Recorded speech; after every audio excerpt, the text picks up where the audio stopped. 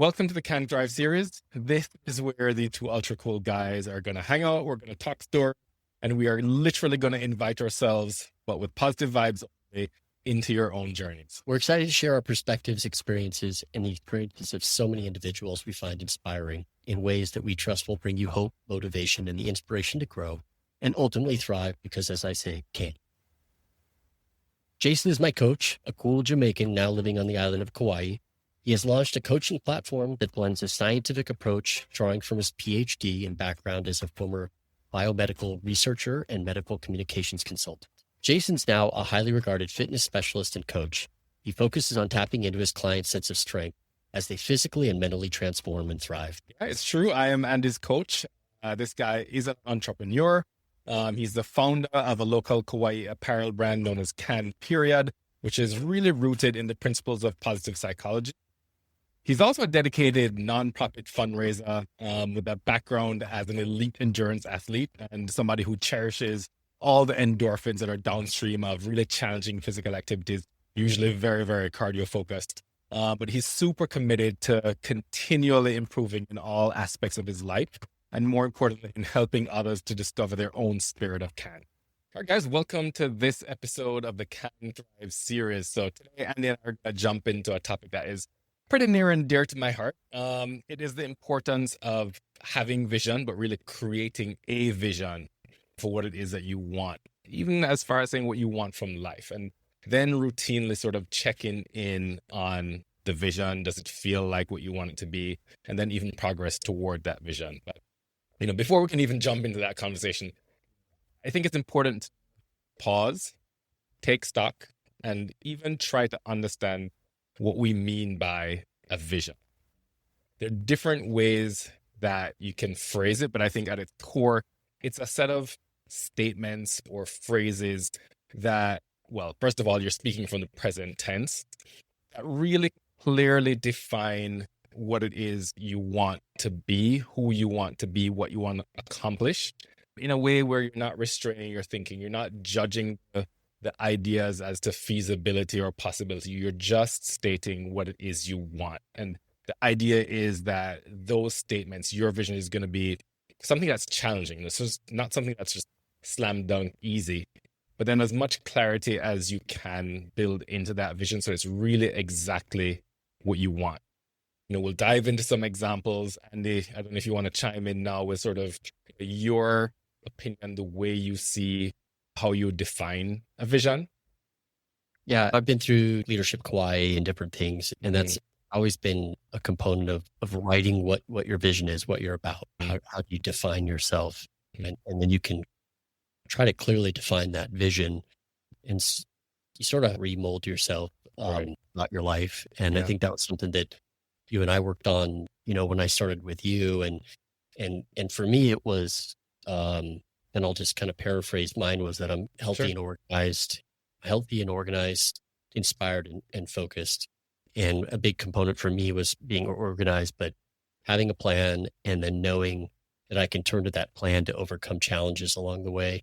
And a big thing for me is always reinforcing that my basic needs are being met. So health, safety, love, and esteem, and looking at those buckets and making sure I don't overstuff those boxes or over them, and just know on a daily basis that I'm lucky to have those met.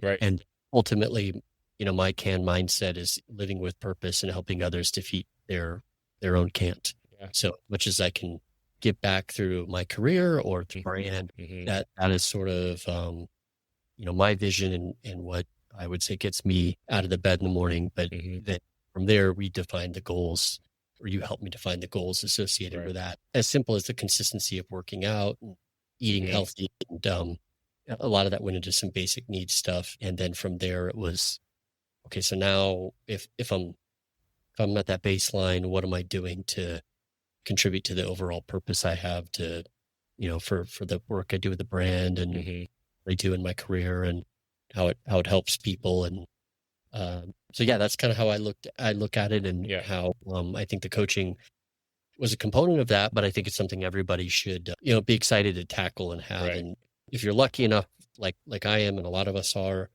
you have the space to decide what Mhm. that means to you. Mhm. It might be as simple as providing for family.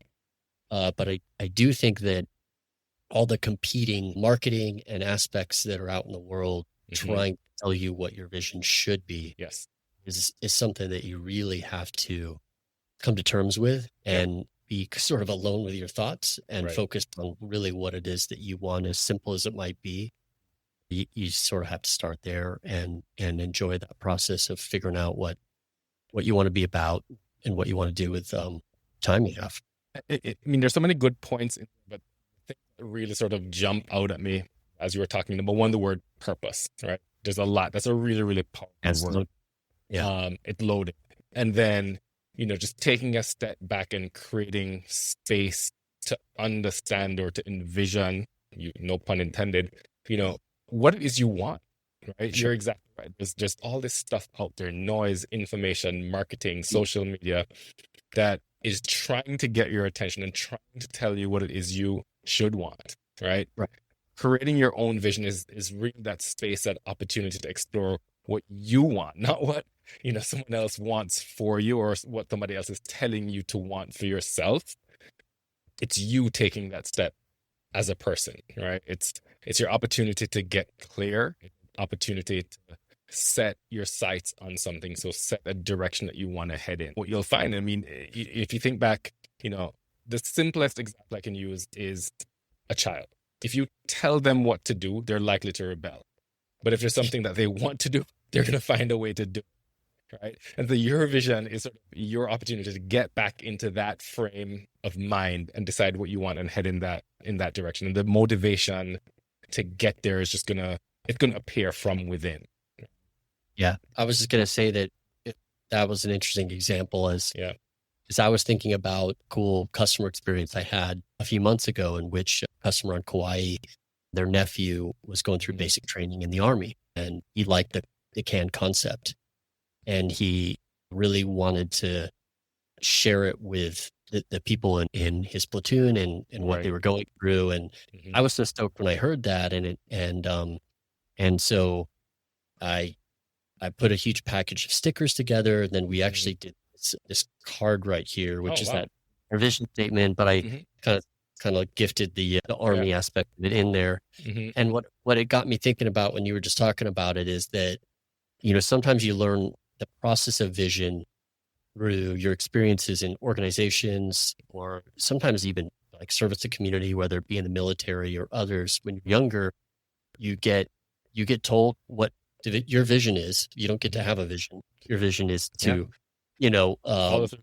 I, but there's goals associated Yeah. with that, right? There's a kind of a neat process where you understand the commitments to vision, the focus you have to vision might not be yours, or it might be yours in collaboration with the organization you're with. But I think it's kind of a neat concept that you're part of a team in a way when you're younger sometimes, and you're like, oh, I get that there's a vision for that I have to have, and then I know that there are goals and things that I have to meet, and then at later points in your life, you have the freedom. Sometimes Mhm. that's scary for people. Right. I Sure. do think people that are also that have been aligned with someone else's purpose or vision to have to kind of come back to that and take on their own vision, which is scary too, right? Right. Because like, oh, you get freedom. Yeah. Um, but anyways, that's kind of I thought that was kind of something to share and a neat example and something I was really proud to be part of. And it was really cool because the drill sergeant, I guess my understanding is they open up all the packages you get in basic training. And so Right.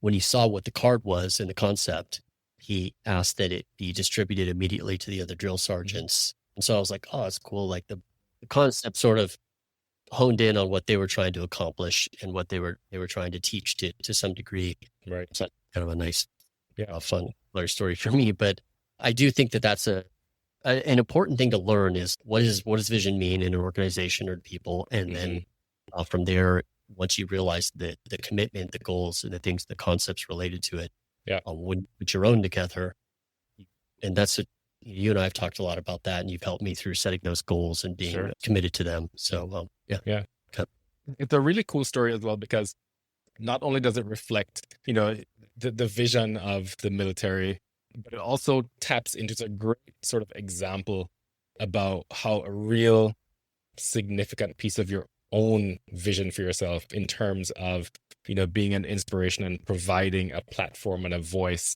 to people through the concept of you can, right? To Yeah. sort of set free from limitations. And that's Yeah. truly a sort of integral part of the whole concept of creating a vision, letting go of the judgment and just deciding what is it that you want.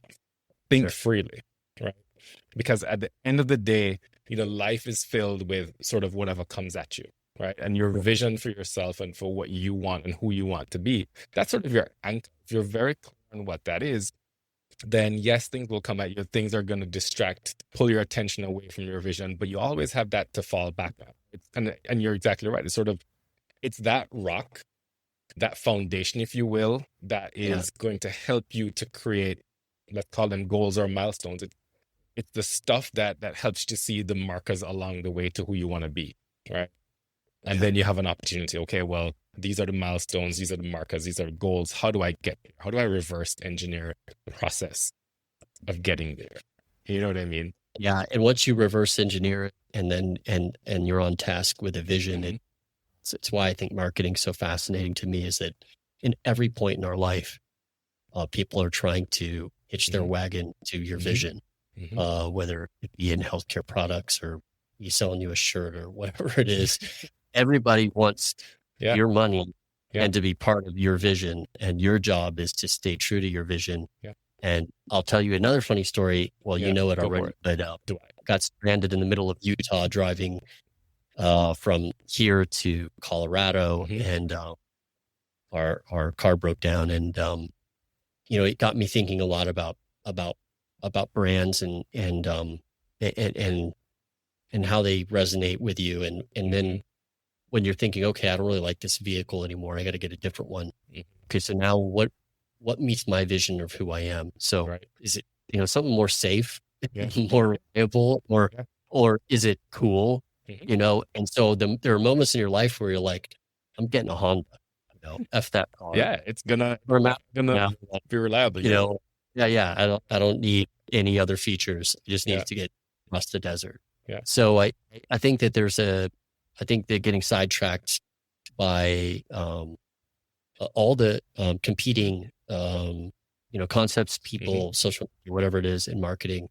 Got to be really careful. So once you hone into your vision, you just got to really stick to it and know that it can be simplified without a lot of consumption habits or outside influence. You can stay pretty true to it. So I think you're spot on. I mean, something that sort of came to mind as you were going through that story is, that particular brand has a very specific sort of message, very specific emotions that they want to have you feel. But at the same time, your vision is really associated with your values, right? The minute your vision becomes hijacked by the values of something outside of you, you're no longer talking about your vision. You're talking about somebody else's vision for you, right? It's a really hard, nuanced thing to sort of recognize in the moment. And we are all humans and we are all susceptible to marketing. I am very susceptible to marketing. So don't try to sell me anything. I'll probably buy it. It's true. But at the end of the day, does the thing that's being marketed to you fit in with what you want for yourself? And that's a really good pressure test for consuming anything or deciding to take action on any particular thing or in any particular direction. Does this fit my vision? So another purpose it serves is that's your sounding board. If you're clear on what your vision is, does this align or doesn't? And then you have a really good way to make a very informed, very confident decision about yes or no. Do I want an ultimate driving machine or an ultimate reliability machine? There you go. There you go. Well, what are my values? Do I value something that is lasting? Right. Do I value something that's flashy? Do I value something, that reflects what I think somebody else wants me to have? Well, okay. And obviously, first world problems. Yes, yes, of course. But I do think that that we are constantly distracted by those concepts and those things in our lives, and I think it's a good lesson, to take away. So, I mean, like you said, first world problems. Let's not lose fact of the sight that for some people, you know, their vision for themselves is simply to create a life where their pain is eased, or create a life where they have an opportunity to raise their kids Sure. in a safe environment, or something to that effect. So this is not to say that visions are created equal, like your vision versus my vision versus somebody else's vision, all completely likely to be very, very different. But at the same time, compelling and challenging and rewarding for us in the ways that are important to us. Yeah, I agree. I think that the biggest takeaway for me is just that, like, a vision can be beautiful if you're consistently committed to it. There's I've know a few self-actualized people, a few best friends in Hawaii, where they don't want for anything else but to live that simple life. And it's such a beautiful, cool concept. And it's almost like they don't need to write down a vision statement. Some people are just locked in. Yeah. And I think that that's a neat thing when you experience it, or someone like that, leverage that simplicity they have, or that commitment to a consistent life that they want to live. Hey, that's sort of when I hear that, all I can think of is alignment. So these guys are fully in alignment with their vision and what they know their purpose is. And yes, it's a beautiful, awesome thing to witness from the outside looking at someone's life. Number one, I mean, that's great. You may or may not know. Yeah. And then it's a really cool thing to experience for yourself. And that's one of the reasons why in coaching, going through sort of a vision creation, vision development exercise with someone sort of lights them up, because that's an opportunity for them to identify. This is no cursing involved, but this, we won't delete it. We'll keep it. This is what I really want. You know what I mean? Yeah. And for so many people, they've not previously taken the time to pause, reflect, and ideate and think of the future in a dedicated way where they have that clear understanding. And seeing it unfold in real time is magical as well, because you see sort of the thought process, you see the engagement, you see the little bit of fear, but really you see the excitement for somebody to move toward those things. And as soon as that happens, you're sort of both in that zone together, where identifying the ways, the how to get there just sort of unfolds. I like that a lot. And I want to give a shout out to Spring Valley High School. This is the shirt that we did for them, and that they represent the brand really well. And I'll just say that teachers are super visionary in terms for students, and just something that I kind of wanted to represent as we were talking about this concept, because you see that, because that is literally an amazing career path, and people that are doing things with a lot less and have incredible vision, and they have to, because it's such a challenging landscape right now. And so that group over there at that high school embodied the concept of CAN really well. And we love it. So I'll just I'm gonna piggyback on that idea just a little bit, because for sure, before we sort of close this one, I want to share a little bit with you guys about how you can go about creating a vision, if that's something that you're wanting to do, particularly if it's something you haven't done in the past. But just to piggyback on your story of teachers, part of their role, part of the magic, if you will, of what teachers can provide to kids is an opportunity for them to, well, obviously learn, but learn more about themselves in terms of what's important to them, learn what strengths they have as a person. And that's sort of step one. You're creating a vision. You're taking time to sort of reflect and understand, what you have been good at in the past, why you've been good at it, like what strengths do you have that you brought to those situations that made you feel successful or lit you up? Like, how did that happen? That happened because of something inside of you, strengths and values that you have.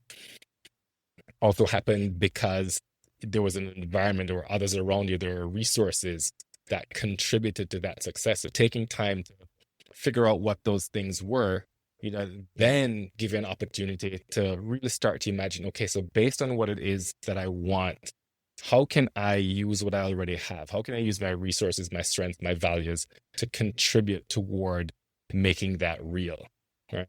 because that's going to give you the framework for really fleshing out your vision.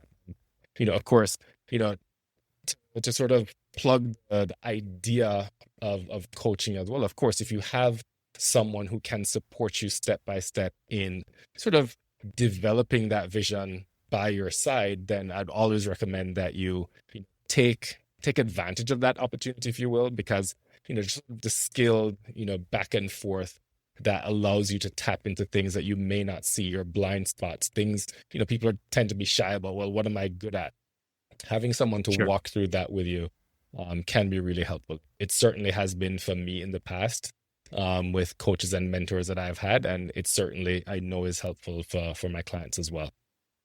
Yeah, I like that idea a lot. And I think, obviously we encourage you to try and seek out that opportunity to be with a coach, but you've got coaches in your life, especially when you're younger, and you've got teachers and people that you can really, they'll lean into it with you. So I think that it's not an easy exercise to go through on your own. If you're able to do it, start writing stuff down, but also bounce it off of people. I think it's a great advice. Yeah. Any final words, Sir Andy? I mean, from my perspective, a vision is critical. It's your anchor, it's your rock, it's your sort of guiding light towards who you want to be, what you want to accomplish, and how you want to share what you're good at with the rest of the world. And, if you've not taken the time or had the opportunity or even had the idea of, sitting down and creating a vision for yourself, it's something that I would encourage everybody to do. Agreed. Yeah. All right. With that, guys, I guess we'll close out today's episode. We'll see you right back here for the next one coming up soon. You got it. Thank you, sir. All right. See you guys. All right, guys. If our conversation has been meaningful to you in any way today, then please would like to encourage you to support us through number one, subscribing to the Defeating Can podcast, which Andy regularly hosts. Of course, follow Spirit of Can on Instagram, and definitely go ahead and pick up a piece of Can merch from any of the retail outlets like Deja Vu Surf here on Kauai, or head online to thespiritofcan.com. We'll keep those links here below. And be sure to follow Jason on LinkedIn and Instagram accounts, and reach out to him by DM with any fitness, lifestyle, or well-being and performance-related questions you have. He'd love to learn more about you, as he has with me, and support your continued growth and well-being through coaching. Guys, it's super important to keep in mind the context of all our conversations here in this series. I'm a certified health and well-being coach. I'm a personal trainer. I'm a fitness nutrition specialist. But at the end of the day, I am not a physician. I'm not a therapist. I'm not a registered dietitian. So it's really important to keep that in mind and consult with your preferred healthcare provider, whether that be a medical doctor or a therapist, to ensure that your particular needs are being specifically by a trained professional. And just as Jason mentioned, the discussions and concepts discussed in this podcast are for informational purposes only. If the can't in your mind ever becomes too much, we encourage you to consult with a professional. As I've always said, can't ask for help. You remember this sticker? You've probably seen it in an order or out in the world. We've given away thousands of these, as it's so important that we want you to reach out when you need it.